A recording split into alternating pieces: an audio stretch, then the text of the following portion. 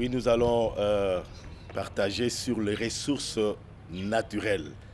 Les textes qui nous aident à comprendre ce thème sont tirés de Genèse 2, 4b à 8, le 15e verset aussi, et puis Ésaïe 5, 1 à 2, et de 7 jusqu'à 16. Là, le texte principal nous montre que Dieu, en créant le monde, a placé l'homme au centre pour pouvoir garder et cultiver le jardin. Et donc, le travail dans la vie de l'homme, il ne travaille pas seulement pour vivre, il ne travaille pas seulement pour être satisfait par ce besoin, mais il travaille parce qu'il est aussi créé pour travailler. Et quand on travaille, on doit protéger, on doit garder ce qu'on est en train de travailler. Aujourd'hui, quant à ce qui concerne le Congo, nous pouvons comparer le Congo au jardin d'Éden, parce que le Congo est tellement riche. Une grande forêt, les animaux de toutes sortes. Et le minerai, n'en parle même pas. Tout le minerai qui peut aider le monde pour se développer se retrouve au Congo. Mais dommage que le monde ne garde pas, ne protège pas cette richesse, mais au contraire, il y a du pillage. La cause principale de la pauvreté au Congo est due à ces multiples richesses.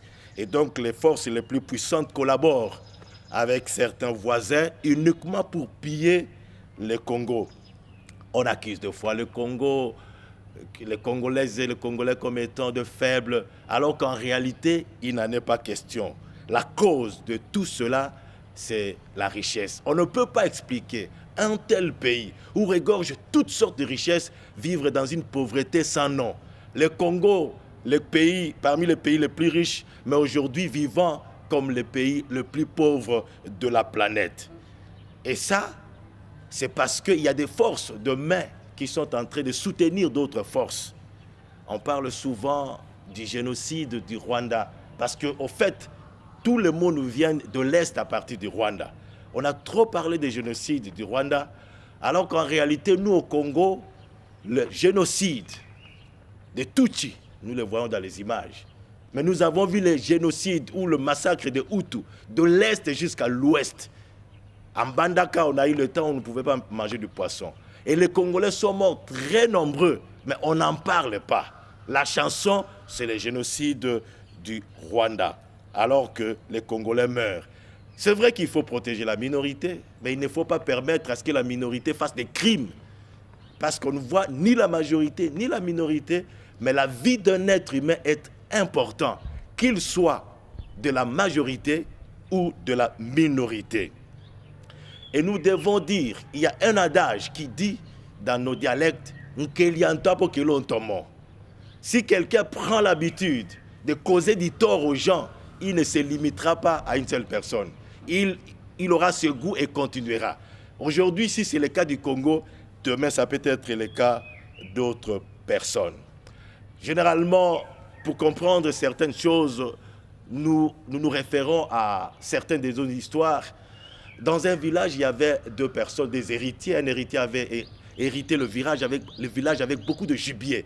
Un autre n'avait hérité que le désert. Mais celui qui avait hérité le désert s'arrangeait avec beaucoup de brigands et allait prendre le gibier auprès de celui qui avait hérité la forêt. Il n'était pas fort. Quand il disait que non, il était brigand, les gens ne croyaient pas. Et chaque fois, celui qui avait hérité le désert se vantait pour dire « Je n'ai hérité que le désert, mais j'ai beaucoup de gibier par rapport à celui qui a hérité la forêt parce qu'il est faible. » L'autre ne pouvait pas dire. Un jour, pendant qu'il était en train de sortir, celui qui a hérité le désert avec les brigands ont pris son sac, l'ont ravi. Ils sont venus au village, ils se vantaient. Ils disaient, je suis fort, je vous disais. L'autre a hérité la forêt, mais ne fait rien. Alors, venez acheter de la viande. Les gens sont arrivés pour acheter de la viande. Quand on a ouvert le sac, c'était plutôt le cadavre du serviteur du roi. Et les gens se sont rendus compte que celui qui a hérité le désert est un assassin.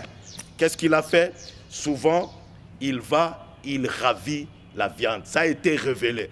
Un jour, il sera révélé tout ce qu'on est en train de faire contre le Congo. Et ce jour-là, chacun comprendra que les pleurs de Congolais n'étaient qu'une vérité. Ce ne sont pas de mensonges.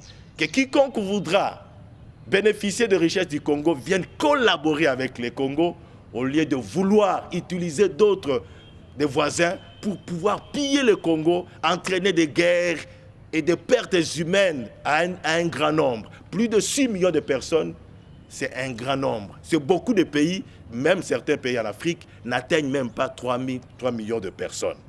Ce qui veut dire que les ressources que le Seigneur a données doivent aider le monde entier pour le progrès du monde entier et ne doivent pas être cause des conflits et des guerres. Amen.